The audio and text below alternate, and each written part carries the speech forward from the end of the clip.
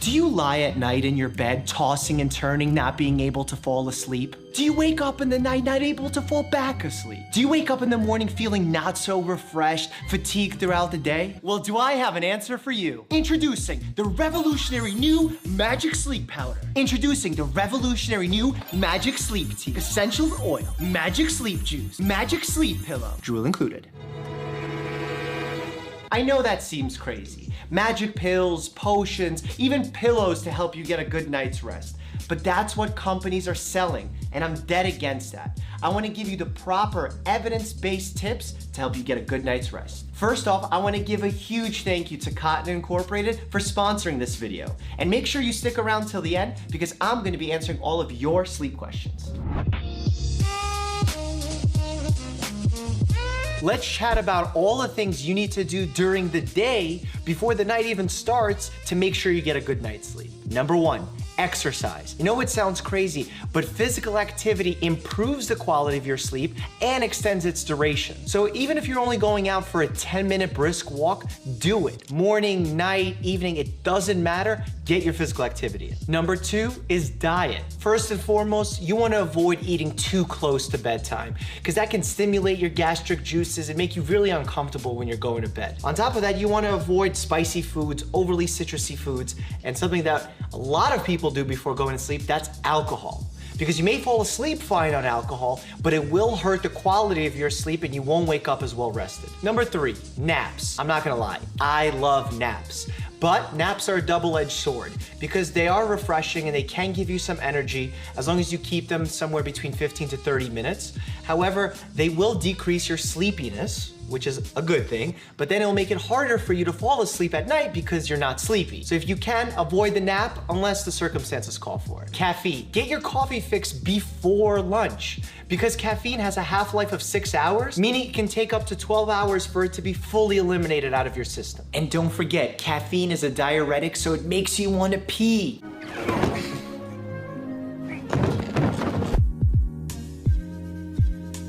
One, embrace the darkness. Dim your lights. When you have bright lights, it affects your melatonin hormone, and then it makes it more difficult for you to fall asleep and to stay asleep. Two, decrease the amount of blue light exposure you get towards the evening. I'm talking about iPads, iPhones, computers. All of that blue light hurts your melatonin hormone and again makes it difficult for you to fall asleep and stay asleep. Three, make your room cool. And I'm not talking about decorations, I'm talking about the temperature. When you're trying to go to sleep, your body naturally wants to lower its body temperature. If your room is cooler, it'll make it that much easier to fall asleep. Four, hack your bedding.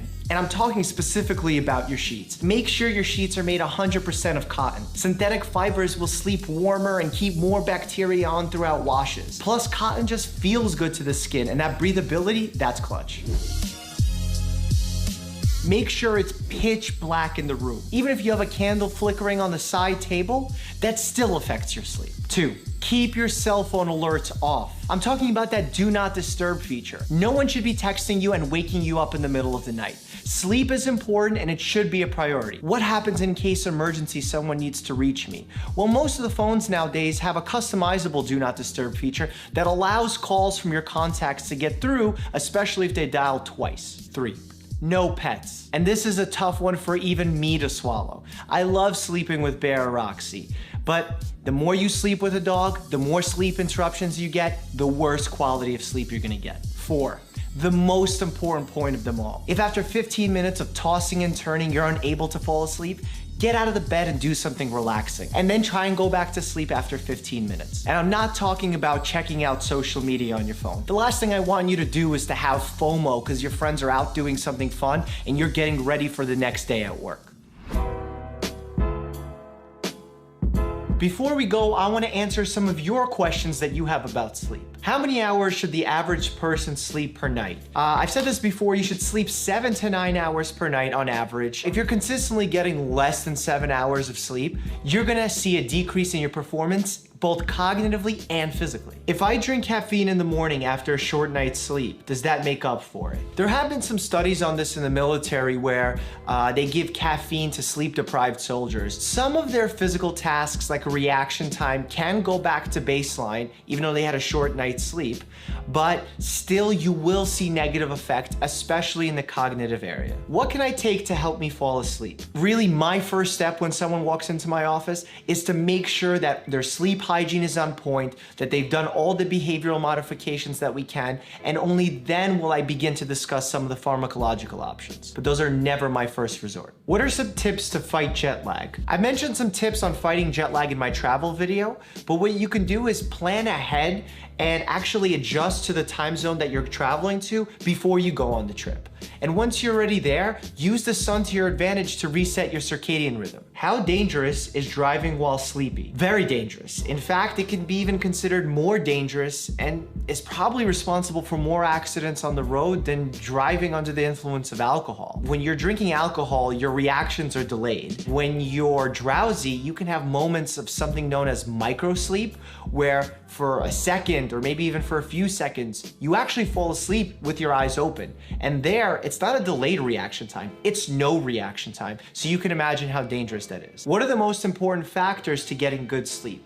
Well, that goes back to my 3 pillars of health, but instead I have 3 pillars for sleep, and that's QQC: quantity, quality, and consistency. And consistency meaning going to sleep at the same time every night, weekend or weekday. If I had a pill that boosted productivity, increased fat loss, and decreased the chance of you developing some diseases, you probably jump on it, right? Now you have all the tools to get a good night's sleep and the reasons as to why getting a good night's sleep is important. Let's give another huge thank you to Cotton Incorporated for sponsoring this video. And as always, stay happy and healthy. So I'll pop out from here. Oh, I think I just ripped my pants. Oh no, I broke my belt. Do you spend the beginning of your nights laying in bed? Is it laying in bed or lying in bed? Get yourself a high quality cotton pair of sheets. Pair of sheets?